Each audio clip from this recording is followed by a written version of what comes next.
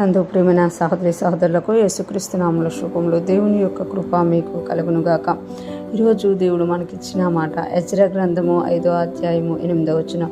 రాజు అయిన తమకు తెలియచేయవలసినదేమనగా, మేము యూదా ప్రదేశంలోనికి వెళ్ళితిమి. అక్కడ మహాదేవుని యొక్క మందిరము ఉన్నది. అది గొప్ప రాళ్ల చేత కట్టబడినది. గోడలలో మ్రాణులు వేయబడినవి. మరియు ఈ పని త్వరగా జరుగుచు వారి చేతిలో వృద్ధి యొగుచున్నది. ఈ మాటలు మనము ఎజ్రా గ్రంథంలో చూస్తున్నాము. ఎప్పుడైతే కోరేషు యొక్క పరిపాలనలో మొదటి సంవత్సరం మొదటి నెలలోనే కోరేషు ఈ దేవుని ప్రజలందరినీ విడుదల చేసి మందిరం కట్టుకోవడానికి నెబుకద్నెజర్ రాజు ఏవైతే కొల్లగొట్టుకుని పోయారో మందిరంలో నుండి వాటన్నిటిని ఇచ్చి ఇంకా వాటికి ఇంకొంత కోరేషు రాజు కూడా ఇచ్చి పంపించినట్టు చూస్తాం. అందులో చాలామంది ఈ ఇశ్రాయేల్ దేశానికి వచ్చి మందిరం కట్టడానికి పునాది వేశారు. అందులో ఎజ్రా ఒక శాస్త్రిగా ఉన్నారు. ఎప్పుడైతే వీళ్ళు మందిరం కడుతున్నారో ఆ మందిరం కట్టడానికి విరోధముగా కొందరు లేచి రాజుకి, అంటే కోరేషు తర్వాత వచ్చిన రాజుకి లెటర్ రాస్తున్నట్టుగా మనం ఇక్కడ చూడగలమన్నమాట. ఇక్కడ చూస్తే వాళ్ళు చెప్తున్నారు కదా, రాజువైన తమకు తెలియచేయవలసినదేమనగా మేము యూదా ప్రదేశంలోనికి వెళ్ళితిమి. అంటే కోరేషు చనిపోయినంత వరకు అది కట్టబడితేనే ఇంకా ఉందన్నమాట. కోరేషు తర్వాత వచ్చిన రాజుకి వీళ్ళు లెటర్ రాస్తున్నారు కదా, మేము వెళ్ళి చూసాము, అక్కడ యూదా ప్రదేశంలోనికి వెళ్ళాము, అక్కడ చూసాము, అక్కడ మహాదేవుని యొక్క మందిరము ఉన్నది. అంటే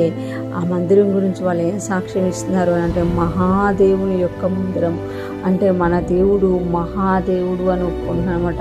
సొలొమోను కట్టించిన మందిరమును మహాదేవుని యొక్క మందిరముగా ప్రసిద్ధి చెందినట్టుగా మనం ఇక్కడ చూడగలం అన్నమాట.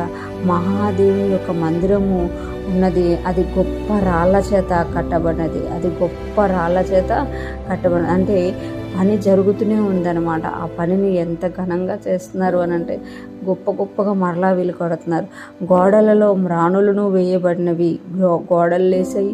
ఆ గోడల మీద మానులు, అంటే కర్రతో ఉండేవి కదా, ఆ మానులు కూడా వేశారు అనేసి ఇక్కడ తెలియజేస్తున్నమాట. వాళ్ళు చూసిందంతా తెలియజేస్తున్నారు. మరియు ఈ పని త్వరగా జరుగుచు వారి చేతిలో వృద్ధి యొగుచున్నది. ఈ పని త్వరగా జరుగుతుందంట. అంటే ఎవరు ఆలస్యం చేయట్లేదు.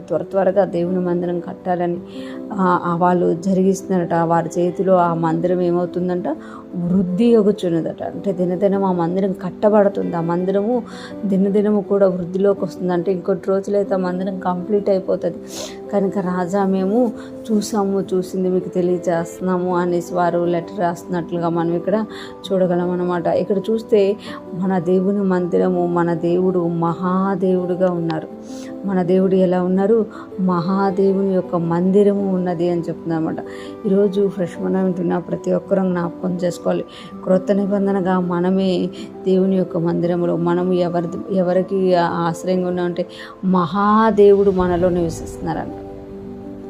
మహాదేవుని యొక్క మందిరం ఇక్కడ ఉన్నది. అది గొప్ప రాళ్ల చేత కట్టబడుచున్నది. ఈ మనము కూడా గొప్పగా కట్టబడాలని దేవుడు కోరుకుంటున్నామట. ఇంకొకటి చూస్తే ఆ మందిరం వారి చేతిలో వృద్ధి యొగుచున్నదట. ఈరోజు దేవుడు చెప్తున్నారు కదా, మనం ఆత్మీయంగా వృద్ధి చెందుతున్నామా లేకపోతే ఆగిపోయామా? ఒక సంవత్సరం కట్టబడినట్టే ఆగిపోయినామా? లేకపోతే మన దినము మనం ఆత్మీయ మందిరాల్లో కట్టబడుతున్నామా? మన మందిరంలో, మన హృదయం అనే మందిరంలో మహాదేవుడు నివసిస్తున్నారు. ఈరోజు ఫ్రెష్ మనం వింటున్న ప్రతి ఒక్కరం కూడా ఎలాగైతే యూదులు వచ్చి చూసి ఆ మందిరం గురించి సాక్ష్యం ఇచ్చారో, మనల్ని చూసిన వాళ్ళు కూడా మన గురించి సాక్ష్యం ఇచ్చేటట్టు మనము కట్టబడాలి. మహాదేవుని యొక్క మందిరంగా కట్టబడాలి.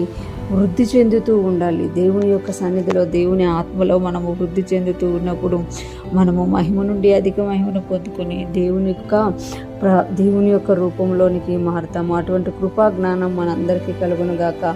మహాదేవుని మందిరాలుగా ఉన్న మనమందరము కూడా ఆ దేవుని స్తుతిస్తూ ముందుకు వెళ్ళుదుముగాక. ఆమేన్.